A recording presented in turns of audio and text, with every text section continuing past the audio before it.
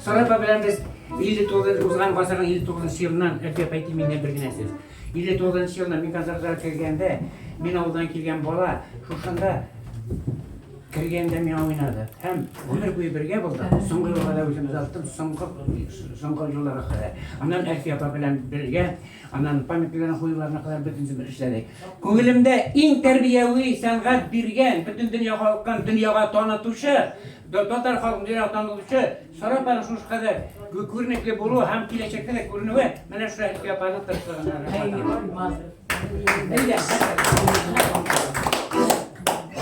Ak bırakıp gidip bara. Nebi Devli sözleri yakın dostlardır, bir genç bir yakın evet kişiydi.